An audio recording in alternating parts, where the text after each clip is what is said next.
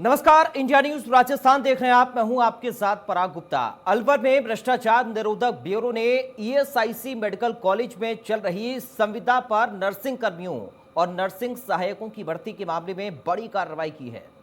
ACB ने भर्ती company के पार्टनर समेत 3 लोगों को नकदी के साथ गिरफ्तार किया। इस मामले में अलवर के सांसद बालकनाथ के बीए का नाम भी सामने आ रहा है, जो इस वसूली के अपने हिस्से के रुपए मांग रहा है। एसीबी ने इस मामले में अलग अलग स्थानों से करीब 20 लाख रुपए बरामद किए हैं।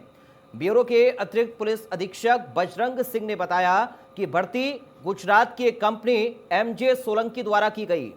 इस मामले में अलवर की एक होटल में छापा मारकर भरत पुनिया को गिरफ्तार किया गया, जबकि गुजरात के मिनेश भाई को अजमेर से गिरफ्तार किया गया।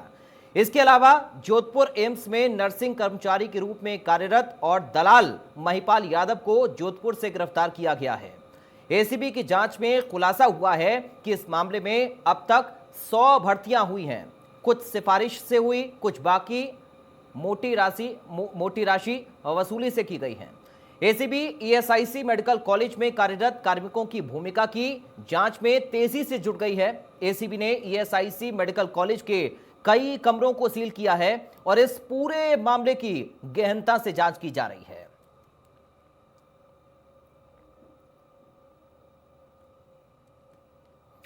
तो अलवर के ईएसआईसी मेडिकल कॉलेज में नर्सिंग कर्मी भर्ती घोटाले का मामला एसीबी ने उजागर किया है और बड़ी कार्रवाई एसीबी टीम की ओर से इस पूरे प्रकरण को लेकर की गई है।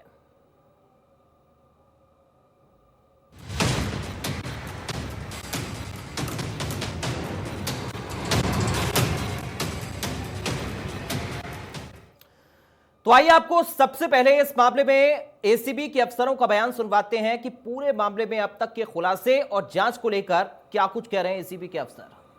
तो हमने यहाँ सर्च के अंदर 4,50,000 रुपये इस होटल में सर्च में भरत पूनिया से रिकवर किया है।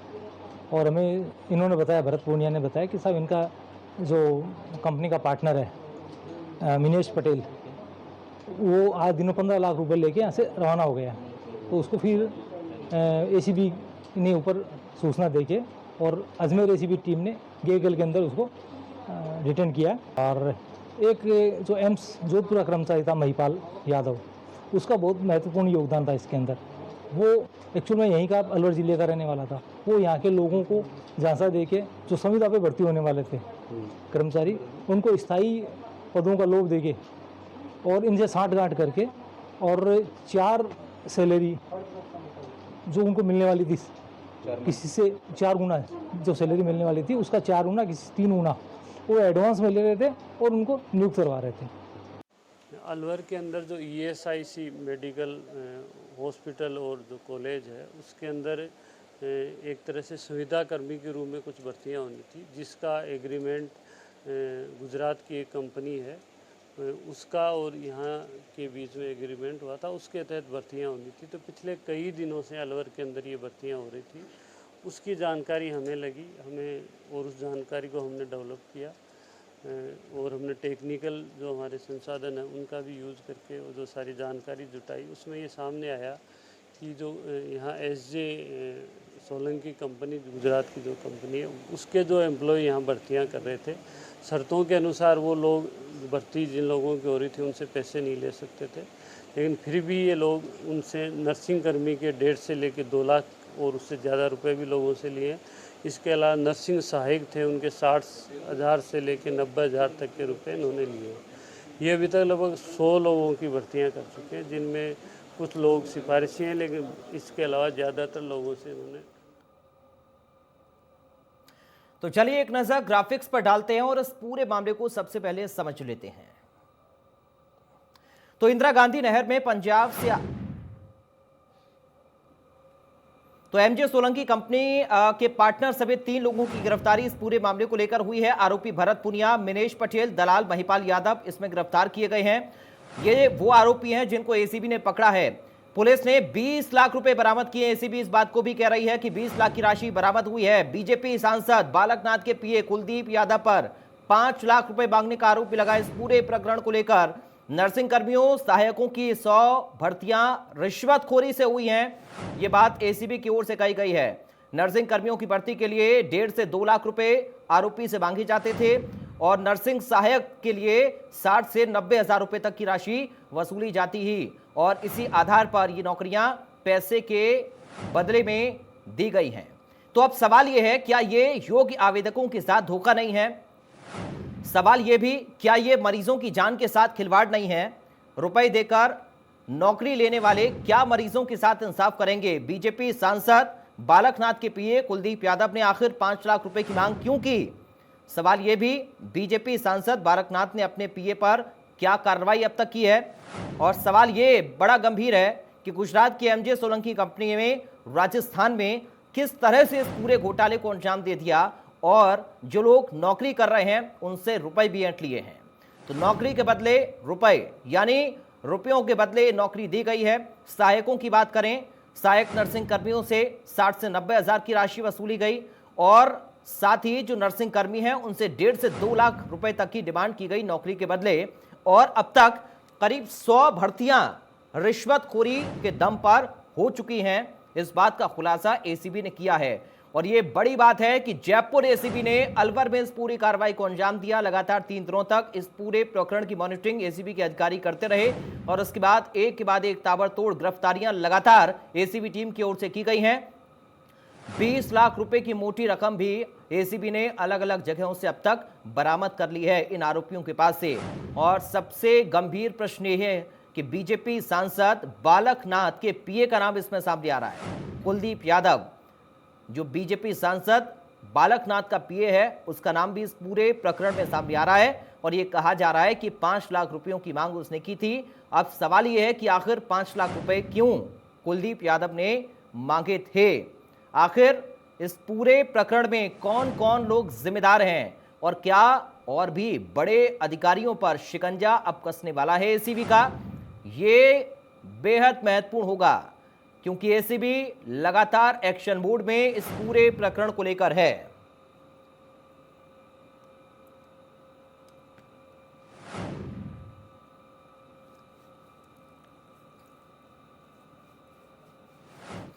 तो चलिए चर्चा इसी पूरे प्रकरण को लेकर करेंगे। हमारे साथ रिटायर्ड आरपीएस अफसर राजेंद्र सिंह जुड़ गए हैं। राजेंद्र सिंह जी, आपका बहुत स्वागत है हमारे साथ चर्चा में शामिल होने के लिए। साथ ही हमारे साथ संवाददाता जयपुर से ध्वज आर्य भी जुड़ गए हैं, जो कि हमें बताएंगे कि आखिर इस पूरे प्रकरण को लेकर क्या कुछ चल रहा है। ध्वज, ये पूरा प्रकरण अपने दर्शकों को ग्राफिक के माध्यम से हमने बताया है।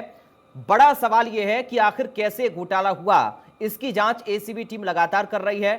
देखना होगा क्या क्या और महत्वपूर्ण जानकारी निकलकर सामने आती हैं। लेकिन फिलहाल आप ताजा जानकारी बताइए ध्वज कि आखिर इस पूरे मामले पर अभी क्या चल रहा है। ध्वज, देखिए, 4 आरोपी पराग जो है गिरफ्तार कर लिए हैं। एसीबी की टीम ने ये जो कार्रवाई की है, अलवर में कार्रवाई की है और अजमेर में की है और जोधपुर में की गई है। 3 जगह पर ये कार्रवाई की गई है। इस कार्रवाई को सबसे पहले मैं बताना चाहूँगा, इस कार्रवाई को, ये जो ऑपरेशन जो एसीबी के द्वारा अंजाम दिया गया, काफ़ी हद तक जो है गुप्त रखा गया और जो अलवर की जो एसीबी की जो टीम है, उन्हें भी इस बारे में कुछ भी जानकारी नहीं दी गई। जयपुर से टीम भेजी गई। डीजी बीएल सोनी से जब हमारी बातचीत हुई तो उनका साफ तौर पर कहना था कि जयपुर से ये टीम भेजी गई ताकि अलवर की टीम को जो है भनक ना लगे। एक बड़ा घोटाला जिसकी सूचना जो है लगातार जो है एसीबी को मिल रही थी और उसके साथ साथ में इनपुट जो है पूरी तरीके से जुटाए जा रहे थे। एसीबी को ये भी जानकारी मिल रही थी कि जो अलवर के सांसद हैं बालकनाथ, उनके जो पीए हैं कुलदीप यादव, वो इसमें इन्वॉल्व हैं। इसलिए क्योंकि हाई प्रोफाइल मामला था, इसको लेकर एसीबी की जो टीम थी वो लगातार इस पूरे मामले को लेकर जो है सतर्कता बरत रही थी। इस चक्कर में इस वजह से जो है जयपुर से पूरी तरीके से टीम भेजी गई, टीम का गठन किया गया। मॉनिटरिंग जो है दिनेश एमएन कर रहे थे इसकी, जयपुर से पूरी मॉनिटरिंग की जा रही थी। 4 आरोपियों को गिरफ्तार किया है। भरत पुनिया, कानाराम जो कि एमजे कंपनी जो कि गुजरात की बताई जा रही है और इसी कंपनी के साथ में ये कंपनी ही पूरी तरीके से भर्ती कर रही थी। जो भी नर्सिंग कर्मी थे, जो संविदा कर्मी थे, इनकी भर्ती की जा रही थी। इसके साथ साथ में जो मंजुल है, एक आरोपी मंजुल है, इसे अजमेर से गिरफ्तार किया गया है। इसके पास जो है 5 लाख रुपए एसीबी ने बरामद किए हैं और एक जो कर्मचारी जोधपुर एम्स में था, महिपाल, इसे जो है जोधपुर से गिरफ्तार किया है। कुल जो है 20 लाख रुपए एसीबी की तरफ से जो है बरामद किए गए हैं। ये एक बड़ी कार्रवाई मानी जा सकती है। हालांकि एसीबी के जो डीजी हैं लगातार ये बात कहते नजर आ रहे हैं कि छोटी मछलियों के साथ साथ में बड़ी मछलियों को भी नहीं बख्शा जाएगा। तो इसको लेकर जो है पूरी तरीके से बड़ी कार्रवाई। ठीक है ध्वज, इस पर मैं आऊंगा, आगे भी आपसे जानकारी हम लेंगे कि आखिर एसीबी कैसे कदम उठा रही है और कैसे बड़ी मछलियों को भी पकड़ा जाएगा और किन किन के नाम इनसे जुड़े हो सकते हैं। राजेंद्र सिंह जी, आपके पास सर में आ रहा हूं, क्या ये योग्य आवेदकों के साथ एक बड़ा धोखा नहीं है, क्योंकि पैसे के दम पर तो कोई भी नौकरी पालेगा? सही कह रहे हैं कि ये जो ऐसे लोग जो कि बहुत ही मेहनत कर रहे थे पिछले कई सालों से जी, और वो ये सोच रहे थे कि कहीं कोई नौकरी निकलेगी, और कई नर्सिंग कर्मियों का ट्रेनिंग लिए हुए थे, कईयों ने नर्सिंग सहायकों की ट्रेनिंग ले रखी थी, ट्रेनिंगों में भी काफ़ी मेहनत की और उसके जी। पैसे भी खर्च किए, और उसके बाद जब इस तरह से यहाँ अवसर आया अलवर के अंदर ईएसआई हॉस्पिटल के अंदर भर्ती होने का, और वहाँ जिस तरह से खुल्लम खुल्ला भ्रष्टाचार हुआ है, जिस तरह से 1.5 लाख रुपए नर्सिंग कर्मियों से लिए जा रहे हैं, नर्सिंग सहायकों से 90-90 हज़ार रुपए लिए जा रहे हैं, तो उससे ऐसा लगता है कि, और मैं तो ये देख रहा हूँ कि रोज एंटी करप्शन ब्यूरो आजकल को कहीं न कहीं, चाहे किसी पुलिस के थाने में कहीं एईएन कहीं जेईएन पकड़ रहा है, फिर भी लोगों में डर नहीं है और किस तरह से भ्रष्टाचार कर रहे हैं।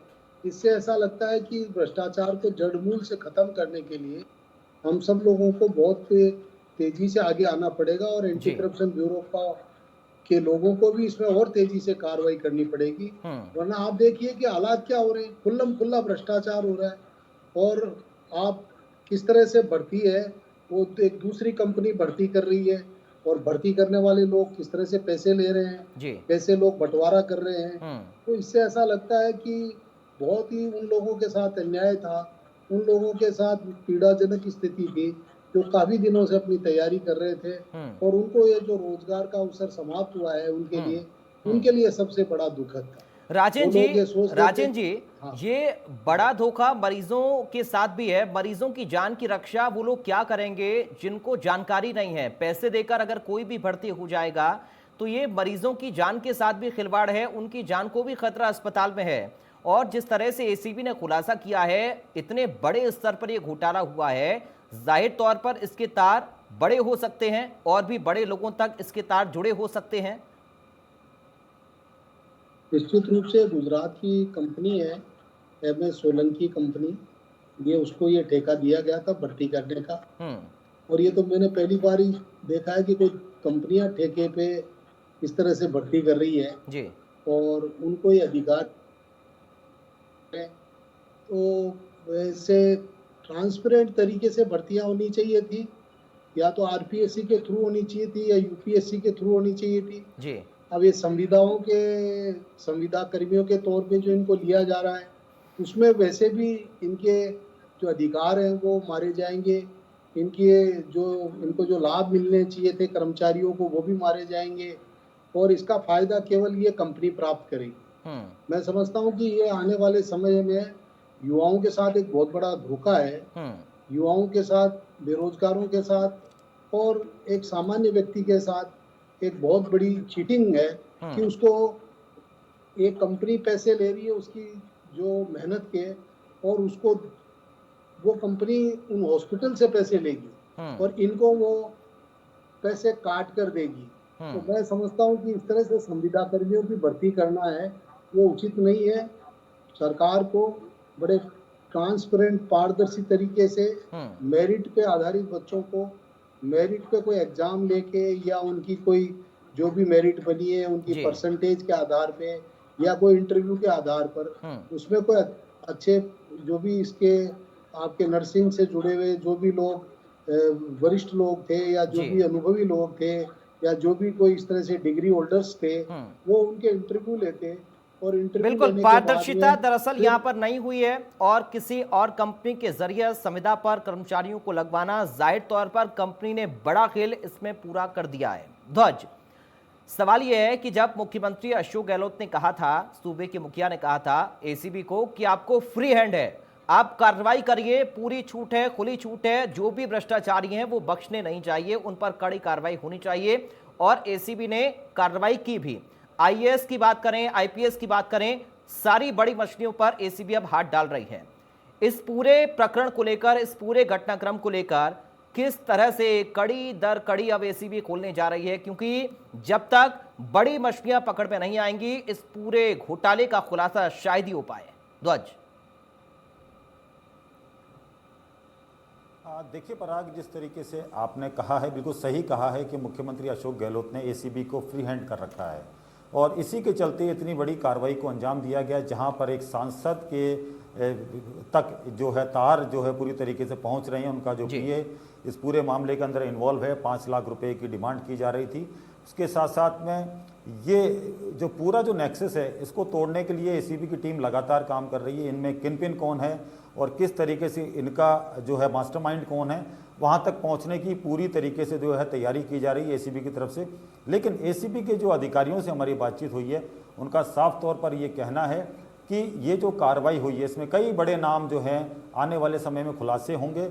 कई बड़े नाम हैं, उनके नाम सामने आएंगे। 100 भर्तियां हो चुकी थी, उनके बारे में जानकारी जुटाई जा रही है। और जिस तरीके से पूरे देश और पूरी दुनिया में जिस तरीके से मेडिकल क्राइसिस चल रहा है, उसके बावजूद इस तरीके की भर्ती, ये जो मरीजों के साथ में खिलवाड़ है पूरी तरीके से, इंडिया न्यूज़ ने ये पूरी तरीके से खुलासा किया है, सबसे पहले खुलासा किया है। और इस पूरे मामले के अंदर जिस तरीके से अलवर में कार्रवाई की जा रही है, तो निश्चित तौर पर ये माना जा सकता है कि इस कार्रवाई के बाद कई बड़े नाम निकल कर आएंगे और ये जो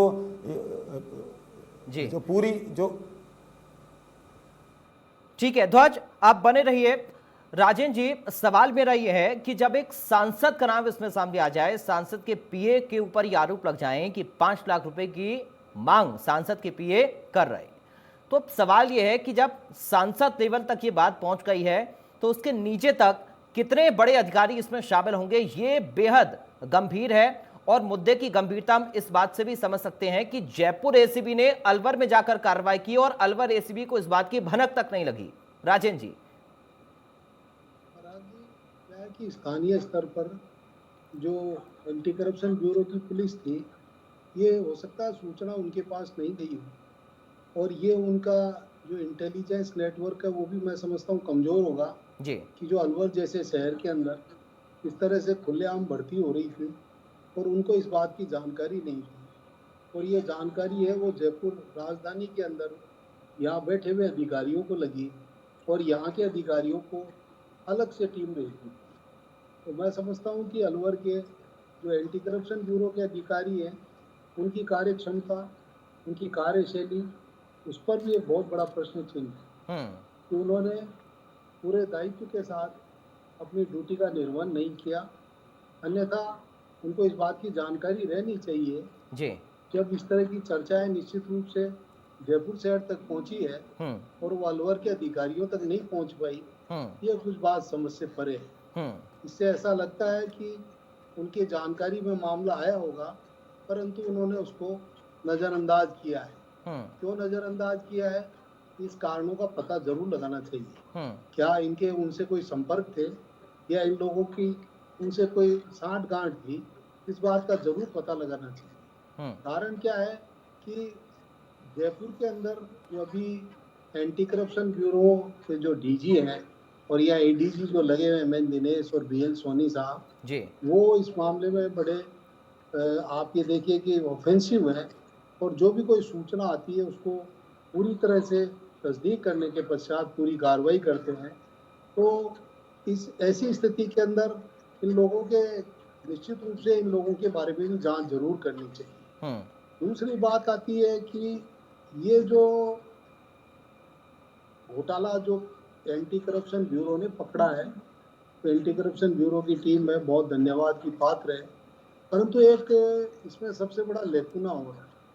एंटी करप्शन ब्यूरो बड़े बड़े मामलों को पकड़ता है, बड़ी बड़ी मछलियों को भी पकड़ा है। आईएएस आईपीएस अधिकारी, आरएएस आरपीएस अधिकारी जी, और भी बड़े बड़े अधिकारियों को एंटी करप्शन ब्यूरो ने पिछले 5 सालों के अंदर पकड़ा दकड़ी की। परंतु दुर्भाग्यजनक स्थिति क्या होती है कि इनका जब चालान करने का समय आता है तो जो प्रोसिक्यूशन सैंक्शन है वो सरकार नहीं देती। आप ये देखिए 139 मामले ऐसे हैं, उनमें जो छोटे कर्मचारी हैं जो रंगे हाथ रिश्वत लेते हुए पकड़े गए हैं, उनके चालान की, उनके अभियोजन की स्वीकृति अभी भी सरकार के पास विचाराधीन है जी।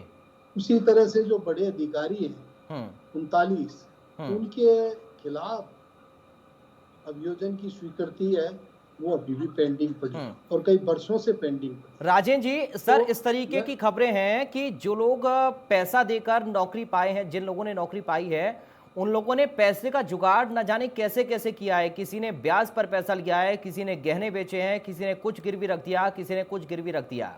तो ये वाकई बड़ी गंभीरता और संवेदनशील मुद्दा है।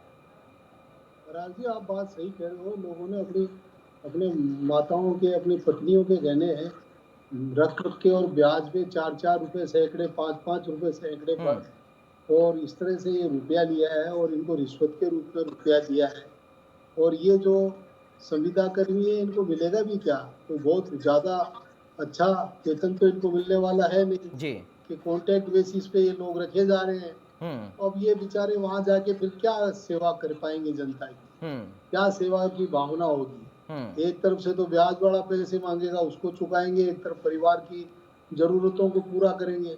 तो निश्चित रूप से जो हमारी स्वास्थ्य सेवाएं हैं वो कमजोर होगी। हमारी स्वास्थ्य सेवाओं में कहीं न कहीं किसी न किसी प्रकार का समझौता इन लोगों के द्वारा किया जाए और उसका खामियाजा आखिर गरीब देश की जनता को ही भुगतना पड़ेगा।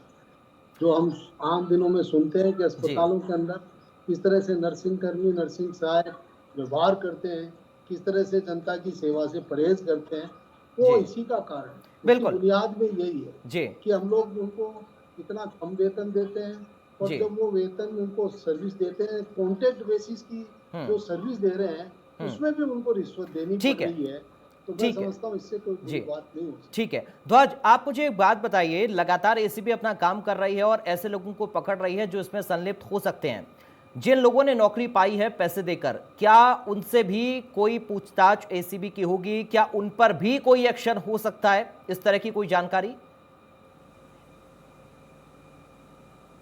देखिए, फिलहाल जो है जानकारी जुटाई जा रही है। 100 लोग हैं जो अभी सामने आए हैं, 100 भर्तियां की गई थी और उनके साथ साथ में जो ये लोग थे जो कि अभ्यर्थी थे जिन्होंने पैसे दिए थे, उन सब की जो लिस्ट है एसीबी के पास पहुंच चुकी है।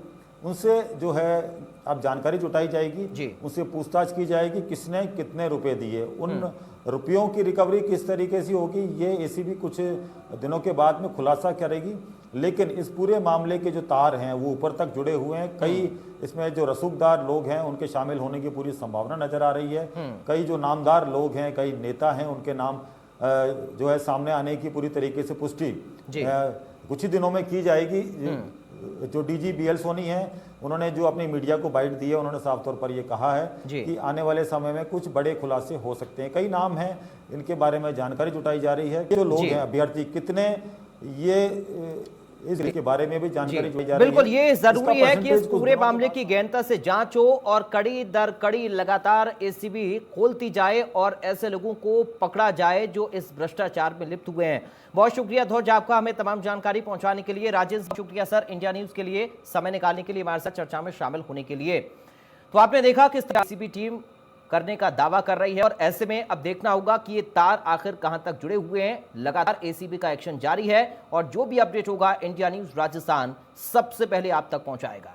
फिलहाल इस खास बुलेटिन से मुझे दीजिए इजाजत, आप बने रहिए।